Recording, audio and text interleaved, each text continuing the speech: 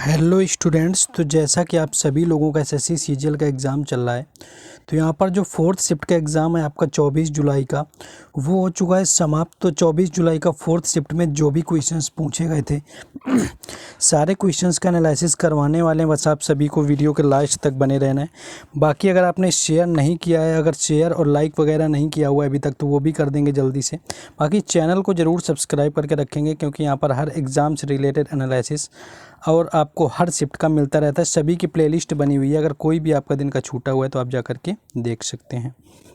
पहला क्वेश्चन आपका पूछा गया था, देखिए अगर आपने अच्छे से पढ़ रखा होगा, आपने सारे फैक्ट अगर हमारे सुनते हैं, तो काफ़ी क्वेश्चन अब यहाँ पर आपसे फैक्ट से पूछने शुरू कर दिए एसएससी ने, और इससे आपका आ रहा है। जैसे कि आपका पूछा गया कि पानीपत के तृतीय युद्ध के समय मुगल शासक कौन था। तो पानीपत की बात करें तृतीय युद्ध की, तो 1761 में आपका पानीपत का तृतीय युद्ध हुआ था, जो कि किसके बीच हुआ था बात करें तो अहमद शाह अब्दाली वर्सेस मराठा के बीच में हुआ था, जिसमें कि मराठा इसमें हार गए थे, यानी मराठा बुरी तरह पराजित हुए थे, और अहमद शाह अब्दाली जो रहा था विजयी हुआ था। बाकी अगर बात करें यहाँ पर आपका मुगल शासक पूछा गया था, तो मुगल शासक यहाँ पर बात कर लें आपका कौन था, तो शाह आलम जो था आपका, यहाँ पर शाह आलम जो रहा हुआ था, शाह आलम द्वितीय आपका था मुगल शासक, जो कि आपका राइट आंसर था, यहाँ पर पूछा गया था।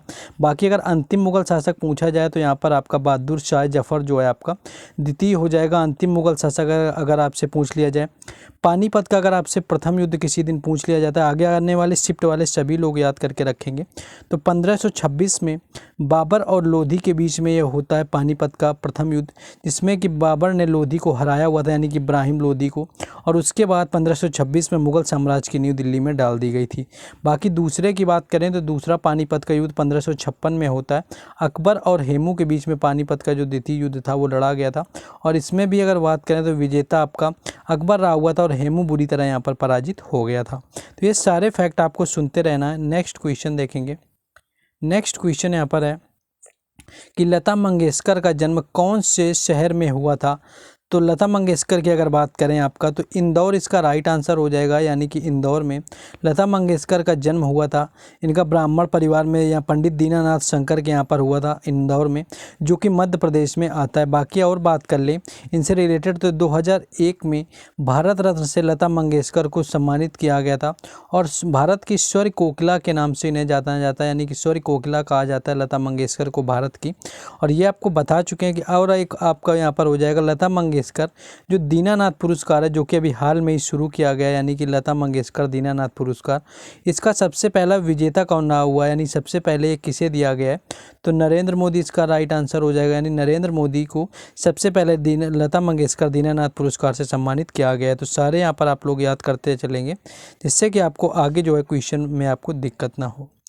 नेक्स्ट क्वेश्चन है कि बैगा नृत्य किस राज्य से संबंधित है। अगर यहाँ पर बैगा की बात करें तो छत्तीसगढ़ इसका राइट आंसर हो जाएगा। जी यहाँ पर छत्तीसगढ़ की बात करें, छत्तीसगढ़ का आपका हो जाएगा। छत्तीसगढ़ के जो और कुछ नृत्य हैं, जिसमें कि एक आपका आता है सुआ नाचा, एक आ जाता है आपका पंडवानी नृत्य। पंडवानी भी नृत्य भी आपका कई बार पूछा गया है, जिससे कि तीजन बाई का संबंध है। तीजन बाई को कई अवार्ड वगैरह मिले इस नृत्य के लिए। तो ये भी अगर पूछा जाए कि तीजन बाई का संबंध किससे, तो ये पंडवानी नृत्य से है। पंडवानी जो आपका है ये भी छत्तीसगढ़ से संबंधित आपका नृत्य है।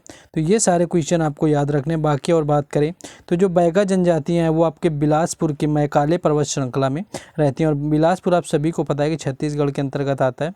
तो बैगा नृत्य जो पूछा गया था आपका छत्तीसगढ़, यहाँ पर राइट आंसर आपका हो जाएगा। नेक्स्ट क्वेश्चन हम लोग आगे देखेंगे कौन सा पूछा गया था। नेक्स्ट क्वेश्चन था कि पहली बार हॉकी विश्व कप कब जीता था, यानी कि हॉकी जो रहा हुआ था उसने पहली बार विश्व कप आपका कब जीता हुआ था। यहाँ पर थोड़ा इश्यू हो गया, इसको सही कर देते हैं। यहाँ पर आपका जो पूछा गया था छत्तीसगढ़ आपका आते हैं, हाँ, हॉकी का आपका आया हुआ था कि पहली बार विश्व कप हॉकी ने कब जीता हुआ था।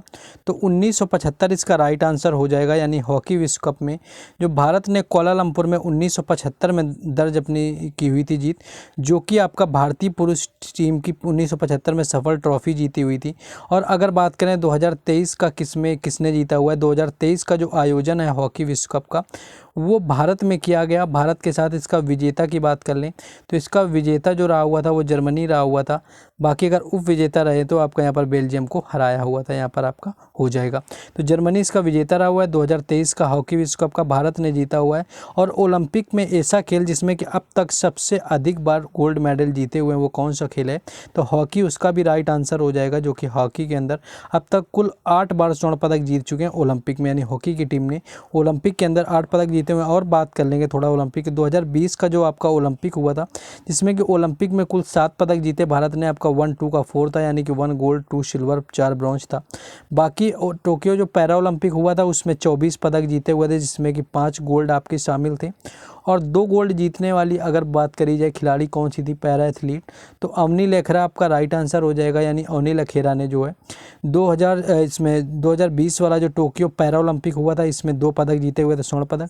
कुल 5 पदक जीते गए थे भारत की तरफ से गोल्ड मेडल के तौर पर, टोटल पदक 24 जीते गए थे। इसी तरह 7 पदक कुल टोक्यो ओलंपिक में जीते गए थे, जिसमें एक आपका था स्वर्ण पदक जो कि जीता गया था किसके द्वारा, तो ये नीरज चोपड़ा के द्वारा भाला फेंक के अंदर जीता गया था। सारे फैक्ट सुनते जाइए क्योंकि आज जितने मैंने फैक्ट बताए उनसे क्वेश्चन आ रहा है, क्योंकि क्वेश्चन उन्हीं से रिलेट करके हर शिफ्ट में पूछा जा रहा है, तो इसको बिल्कुल भी आप लोगों को इग्नोर नहीं करना है।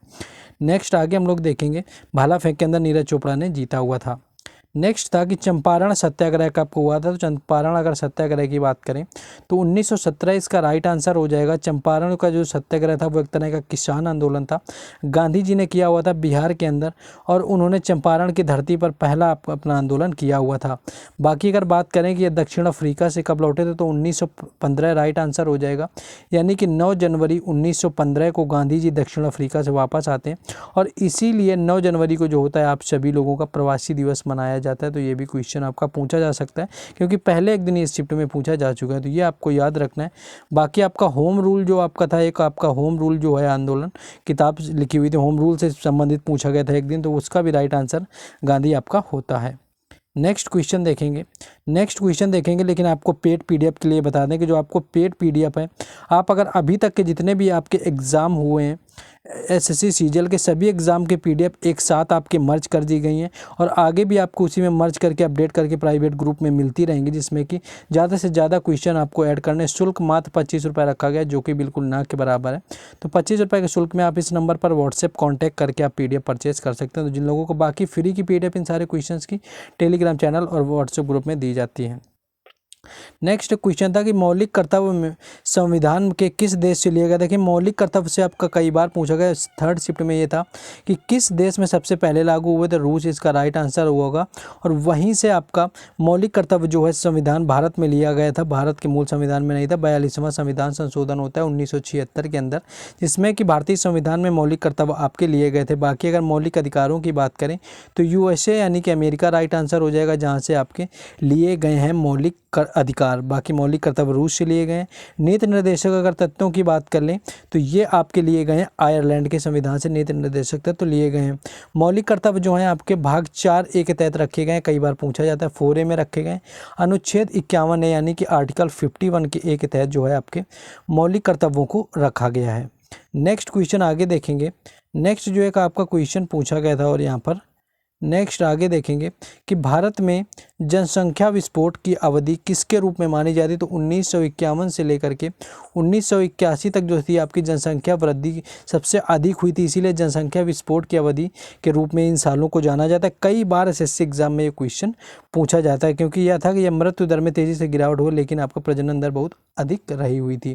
तो ये क्वेश्चन आपका पूछा गया था। बाकी अगर यहाँ पर जनगणना से रिलेटेड आपकी बात कर लें तो आपकी तीसरी पंचवर्षीय योजना के समय हरित क्रांति आई थी, आपको ये भी याद कर लेना है, क्योंकि हरित क्रांति से भी क्वेश्चन पूछा जा चुका है। तो हरित क्रांति आपकी तीसरी पंचवर्षीय योजना के समय आई थी। जवाहर जो आपकी रोजगार योजना थी, अगर रोजगार योजना की बात करें कब आई थी, तो वो 7वीं पंचवर्षीय योजना के समय था। ठीक है, ये 7वीं पंचवर्षीय योजना के समय आपका आया हुआ था, राजीव गांधी इस समय आपके प्रधानमंत्री थे, तो ये भी आपको याद रखना है। बाकी पहली जो आपकी योजना थी पंचवर्षीय योजना, वो हेराल्ड डोमर मॉडल पर आधारित थी। दूसरी की बात कर लें तो दूसरी आपकी महालनोबिस मॉडल पर आधारित थी। तो ये सारे क्वेश्चन आपको याद रखने हैं। एक क्वेश्चन कुछ आपका इस तरह से मिला हुआ था कि खाना पकाने में खाद्य सामग्री को गाढ़ा करने के लिए किस पदार्थ का उपयोग किया जाता है। तो ये क्वेश्चन आपका ऐसा ही था या कुछ चेंज था। एग्जैक्ट जो आंसर इसका नहीं मिल पाया, क्योंकि पहले भी ये रिपीटेड क्वेश्चन नहीं आया भी नहीं है। तो ये साइंस का क्वेश्चन है, तो जिन लोगों ने एग्ज़ाम दिया वो लोग जो है कॉमेंट करके क्वेश्चन को बता देंगे। बाकी ये क्वेश्चन और आपका यहाँ पर है, बाकी एक क्वेश्चन आपका ये था कि आपका जब CHO यानी कि किसी आपके जब एलिमेंट में CHO जोड़ दिया जाता है तो ये आपका क्या कहलाता है, तो एल्डिहाइड इसका राइट आंसर हो जाएगा। यानी कि जब कोई जोड़ा जाता है तो आपका एल्डिहाइड हो जाता है। तो यही कुछ क्वेश्चन थे, क्योंकि फोर्थ शिफ्ट में कम ही क्वेश्चन मिल पाते हैं और यही मिले फोर्थ शिफ्ट में आपके 24 जुलाई को। तो जिन लोगों ने लाइक और शेयर ना किया तो सबसे पहले आप लोगों को करना है, हाथ जोड़ के ये रिक्वेस्ट है आप लोगों से, क्योंकि आप लोग करते नहीं। बाकी जो है चैनल को जरूर सब्सक्राइब करें, क्योंकि हर एग्जाम का एनालिसिस मिलता है और इन सारे नॉर्मल क्वेश्चंस की PDF आपको टेलीग्राम चैनल और व्हाट्सएप ग्रुप पर मिलेगी, जिसका लिंक डिस्क्रिप्शन में। बाकी पेड PDF आप लेना चाहते हैं बहुत अच्छे तरीके से, एकदम सिस्टमेटिक तरीके से उसको संजोया गया है, तो वो आपको पेड है। 25 रुपये आपके मात्र नॉमिनल शुल्क रखा गया, जिसके लिए आपको वीडियो के बीच में नंबर दे दिया गया है।